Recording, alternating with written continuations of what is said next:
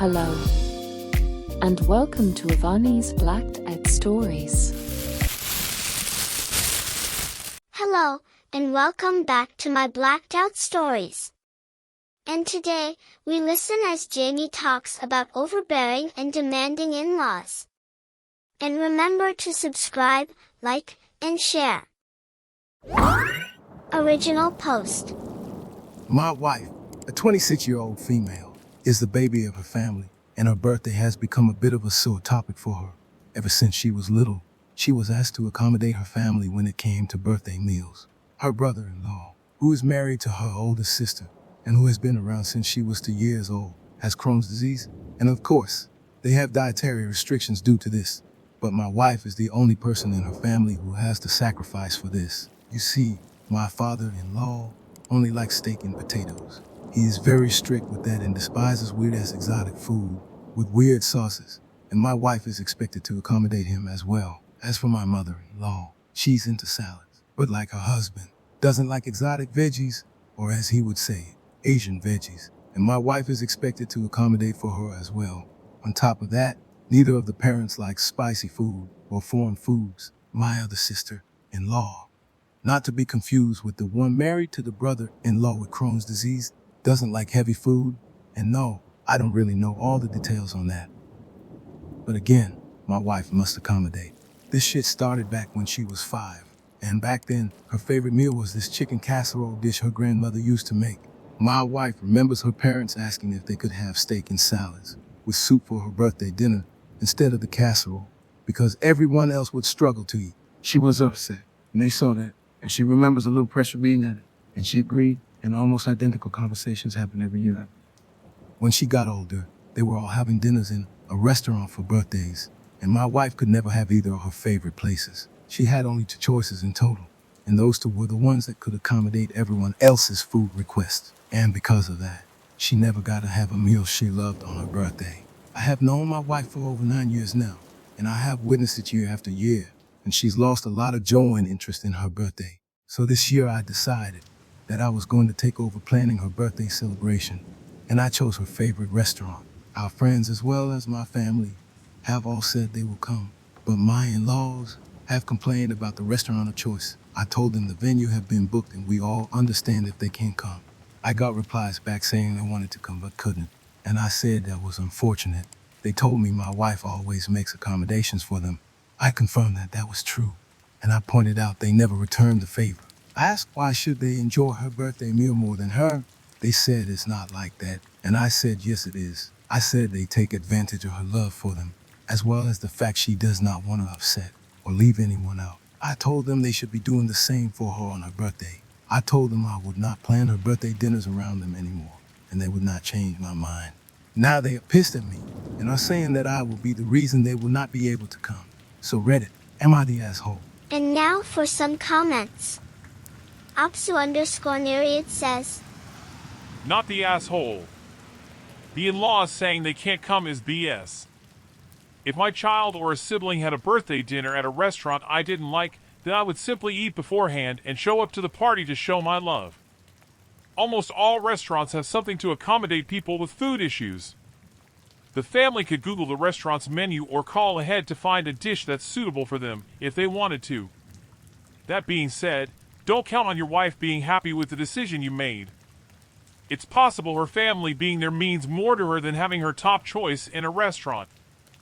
OP replies, I think my wife will be. She already doesn't enjoy her birthdays. Will she be sad? That is a possibility. She has always wanted to feel like her family would do the same for her, as she has done for them every year.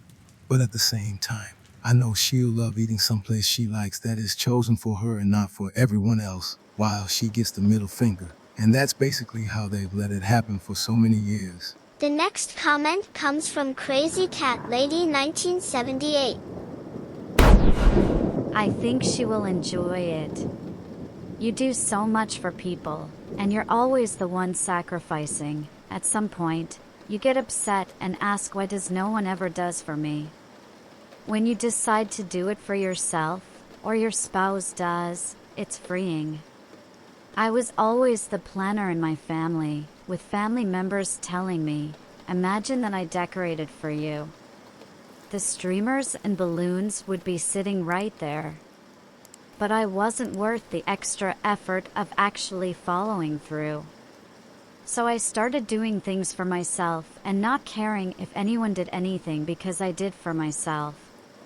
We actually do appreciate the effort that goes into the planning and doing for us. Tell her happy birthday and enjoy. The next comment comes from _another_sock. And it states, I hope she enjoys it. But it seems like she's been expected to accommodate her relatives for a long time, probably about more things than their food restrictions. Using the term food restrictions loosely, since the actual issues range from genuine physical conditions to racism. Let's not kid ourselves about what an old man proudly throwing a tantrum about ingredients he's proudly never tried actually is, and I'm sure it manifests in other areas. Be prepared for her to feel anxious or guilty, especially if her relatives are sniping at her, and she hasn't developed the skills to cope with it. The thing is, even if there are uncomfortable growing pains around this one dinner, I think she'll be happier in the long run, establishing habits where she doesn't have to prioritize everyone's happiness above her own unconditionally. And either way, if OP wants a future with her, then learning these boundaries is necessary for the long-term health of the relationship. Do this now, before it's your kid who's expected to be completely anhedonic about food because, God forbid, someone annoys racist grandpa. and now for the final comment. And it comes from PM_ME_your_isotopes. Let's not kid ourselves about what an old man proudly throwing a tantrum about ingredients he's probably never tried actually is. He's eerily similar to my ex-father-in-law. The dude has lived off of Carnation instant breakfast and McDonald's for his entire adult life, and is remarkably healthy for someone who eats at McDonald's twice a day, And that 7 concludes days a this week, story. for 30 plus years. And hopefully you He would enjoyed get it. so fussy about holiday And if meals. so, It was please exhausting. consider my invitation to subscribe Honestly, for one more of the best things about my Avani's divorce was Blacked getting Out to eat Stories. non-processed foods with actual spices and flavor profiles over the holidays again. My mom had ulcerative colitis, and her empty nest hobby when I went to college was the culinary arts. She can make foods that are safe for her which taste fantastic, which my ex-in-laws would turn their noses up at, because they contained vegetables aside from flaccid iceberg lettuce and canned creamed corn. Sometimes she even uses crazy ethnic ingredients like water chestnuts. The horror. Well. That concludes another one of my blacked out videos. If you like this kind of content, please subscribe for more.